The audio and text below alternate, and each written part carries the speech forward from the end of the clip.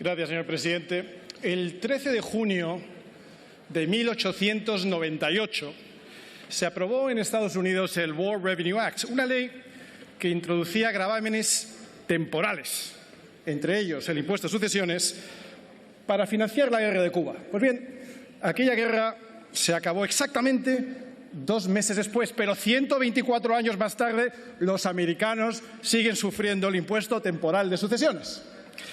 No sé por qué me he acordado de eso al leer hoy el título de su proposición de ley llamada para el establecimiento de gravámenes temporales energético y de entidades de crédito. Y según avanzaban las lecturas, señorías socialistas, me he acordado aún más de esa guerra iniciada con un falso pretexto, como fue el hundimiento del Maine, porque en aquella guerra Estados Unidos estaba dispuesta a cualquier cosa para acceder a la hegemonía mundial. Un poco como Pedro Sánchez hoy, ¿verdad?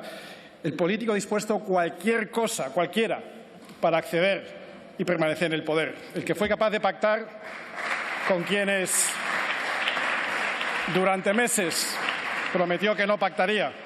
El que se echó en brazo del brazo político de ETA, intercambiando presos por presupuestos, vuelve hoy a la carga. Y vuelve a anteponer su estricto interés electoralista a la responsabilidad económica y a los intereses de España y de todos los españoles. Hoy, junto a sus socios marxistas, nos trae esta Cámara una iniciativa que planea sobre lo inconstitucional, que no soluciona nada, que daña la imagen de España, que deteriora la seguridad jurídica, que compromete la inversión y el empleo y que tiempo al tiempo ya verán ustedes cómo acabarán pagando todos los españoles. Y lo hacen a través de una proposición de ley, en lugar de hacerlo, como hubiera sido razonable, a través de un proyecto de ley, una tramitación tramposa con la que tratan de eludir la consulta pública, la memoria de impacto normativo y el dictamen del Consejo de Estado, y que redunda en lo que fue una cacicada desde el principio. Y es que recordemos cómo hemos llegado hasta aquí, sin escuchar a ninguno de los sectores afectados, sin siquiera informar a la ministra de Hacienda, hoy ausente, no le debe interesar mucho esta iniciativa, y sin haber hecho estudio previo alguno.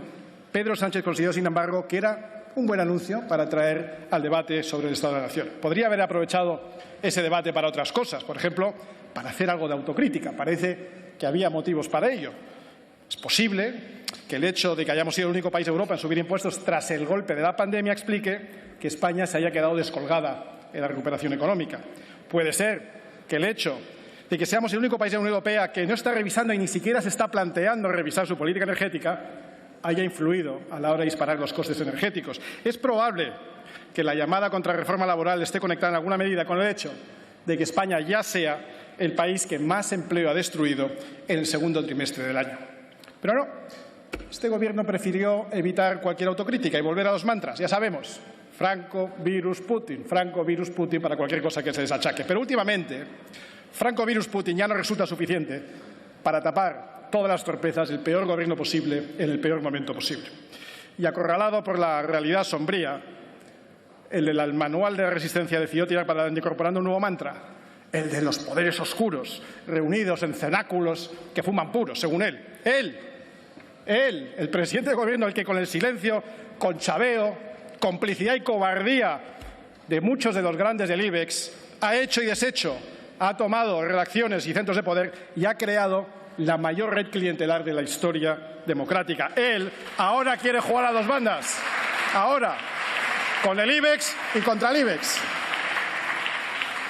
Pero el resultado es siempre el mismo, el empobrecimiento de las clases medias y trabajadoras que, una vez más, no les quepa duda, acabarán pagando las consecuencias de su deriva populista, porque serán las pymes, las clases medias y trabajadoras, las familias, las que una vez más sufrirán las restricciones de crédito y el aumento del coste de crédito derivado del impacto de esta medida del balance bancario. Serán esas clases trabajadoras, precisamente, las que se verán afectadas por el impacto en términos de destrucción de empleos, pero sobre todo serán ellos quienes cargarán sobre sus espaldas el impacto de esta nueva subida de impuestos.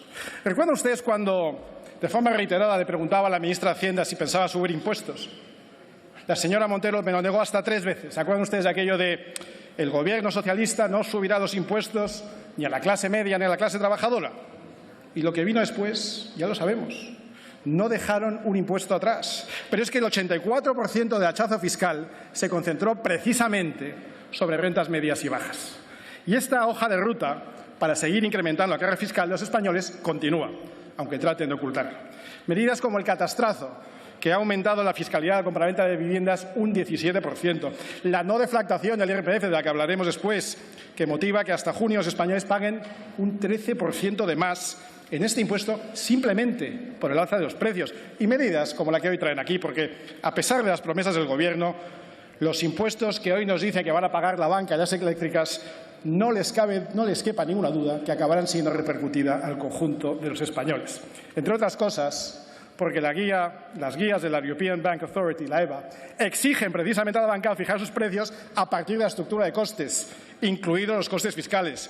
Así que esta norma está diciendo a la banca española que incumpla la regulación europea. Ya les digo yo que eso no va a pasar. Señorías, lamentablemente, algunos de los que hoy se sienten afectados por esta norma callaban cuando el Gobierno atentaba contra el turismo, contra la industria automóvil o cuando atacaba a la industria cárnica.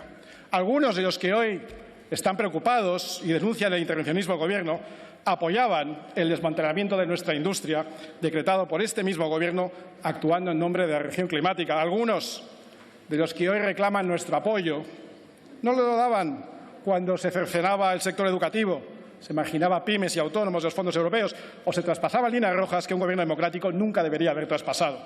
Nunca es tarde, pero las élites económicas, empresariales y periodísticas de este país, por su complicidad y sus silencios, tienen mucha responsabilidad en que Sánchez siga siendo presidente del Gobierno. Señorías,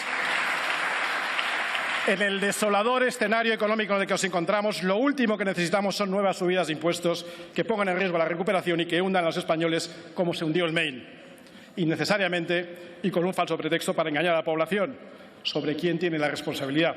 Engaño que es precisamente lo único que este Gobierno hace bien. Muchas gracias. Gracias.